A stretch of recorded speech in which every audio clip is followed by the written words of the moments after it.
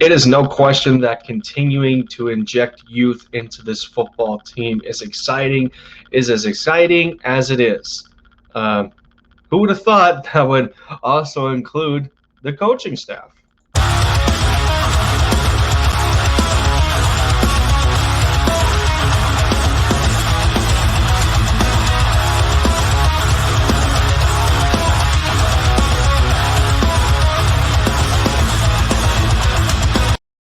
Yes, sir. Yes, sir. What is going on, everybody? Lindy End Zone in the building again for the touchdown, taking the lead for the Eagles one video at a time. If y'all are new to my diversity of content and fandom, as a fan of the Dallas Mavericks as well, I appreciate you coming around, showing some support, whether it be for 5 seconds, 5 minutes, 5 hours, doesn't matter to me. I thank you I thank you in pretty much the same way.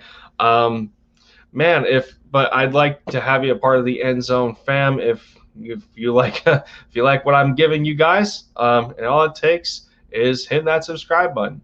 And if you wouldn't mind dropping some likes every now and then, helps with the algorithm of YouTube, getting the content out to more people, more of the Bleeding Green Eagles Nation.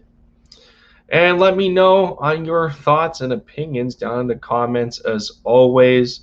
It's a fun time engaging with my supporters and regulars and the rest of my subscribers.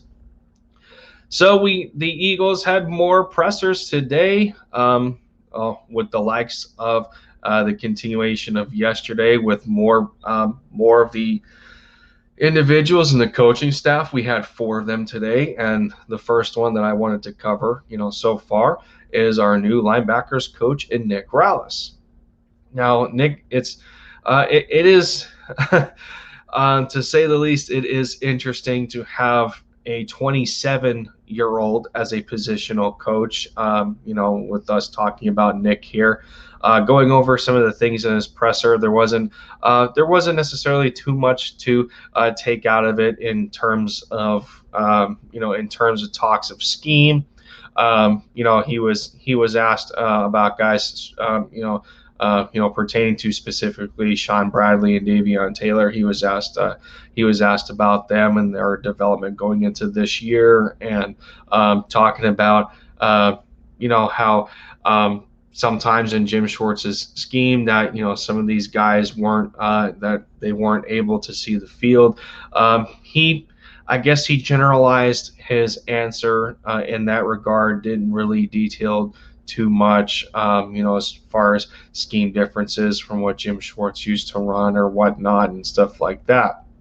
However, one of the questions that one of the questions and answers that stuck out to me was asked by Dave Zangaro, in which he wanted to know Nick's opinion on what Jonathan Gannon is like as a defensive coordinator. It speaks to me the most.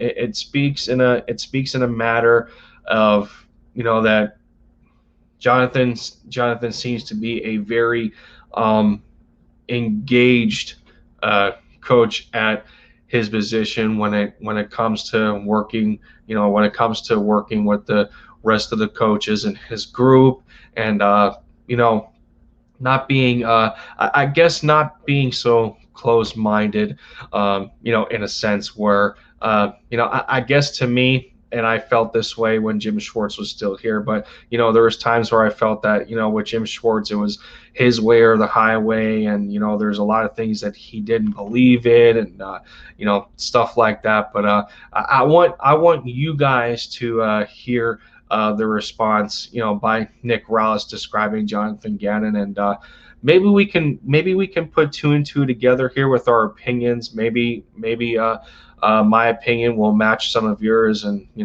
can talk about it there. But yeah, let's want you guys to hear Nick out here and see what he has to say. Hi, Nick. How would you describe Jonathan Gannon as a defensive coordinator? How would I describe Jonathan Gannon as a defensive coordinator? Can I just describe Jonathan Gannon as Jonathan Gannon? Sure, and then maybe, I mean, some of the parts of his personality or coaching style that you think would lend themselves to being a defensive coordinator. Yeah, so Jonathan, as far as a leader, right? So he leads the defense, he leads the defensive coaches. He is very open-minded, right? He's going to listen to every single coach on the staff, and that's been great to work with because if I feel like I have a good idea, I know Jonathan's going to listen, right? And Jonathan has a low ego, and he's about putting whatever we can, the best product out on the field, whatever we got to do that. So I think Jonathan, from a leadership standpoint, is very much give his coaches autonomy, right? That's how I would describe Jonathan from a leadership role is he distributes the autonomy and lets guys take ownership in the room. He lets me take ownership in the linebacker room. How do you want to do this? How do you want to do that? Right? And he knows that if he just stuck to his knowledge, we're only going to go as far as his knowledge. So he not only utilizes his knowledge, but everyone else is on the staff, and now that the room for growth is that much greater. So Jonathan, from a defensive coordinator standpoint, to me is an excellent leader because he's going to maximize everybody's talent from the coaches to the players. Go ahead, Zach. Well, I mean, of course, we could take this as a, well, that's all fine and dandy. Well, let's see how this translates to the field. I still think it's important, I still think it's important in regards to like knowing that there's going to be that kind of, collaboration with the coaching staff. And yeah, I mean, there's times that you can say, well, a defensive coordinator. I mean, we can't say that this wasn't the case with Jim Schwartz, where that he just didn't listen to his positional coaches in general. I mean, yeah, you can hear what somebody has to say, but it's all dependent on if you actually heed advice or consider their opinions and put them into action. I think that's what it comes down to. But to hear this from Nick's perspective, I think it gives us a better expectation on what to expect the kind of coordinator that we're getting out of Jonathan Gannon, and of course the kind of leader figure, as Nick was saying. And we can only hope that with Jonathan being open-minded, that we're going to see some disguises on defense and actually see some more blitzes and all this talk about stuff, whether it's pre-snap or post-snap.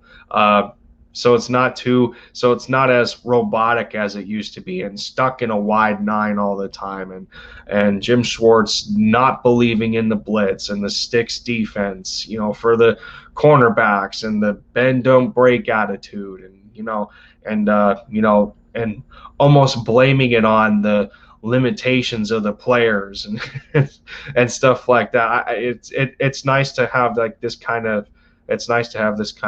fresh air of a different, like a new beginning in that sense so far. But again, we're going to get a better idea of this once training camp officially starts and some preseason games. So it definitely sounds pretty good so far, and it's also it's a cool dynamic to have youth in this kind of spot when it comes to a positional coach, where Nick is just as old as some of the guys on our roster right now. I think Eric Wilson and Alex Singleton, I think they're both like 26 or 27 years old. So to be that close in age to your positional coach, I think it's a cool dynamic, and their brains can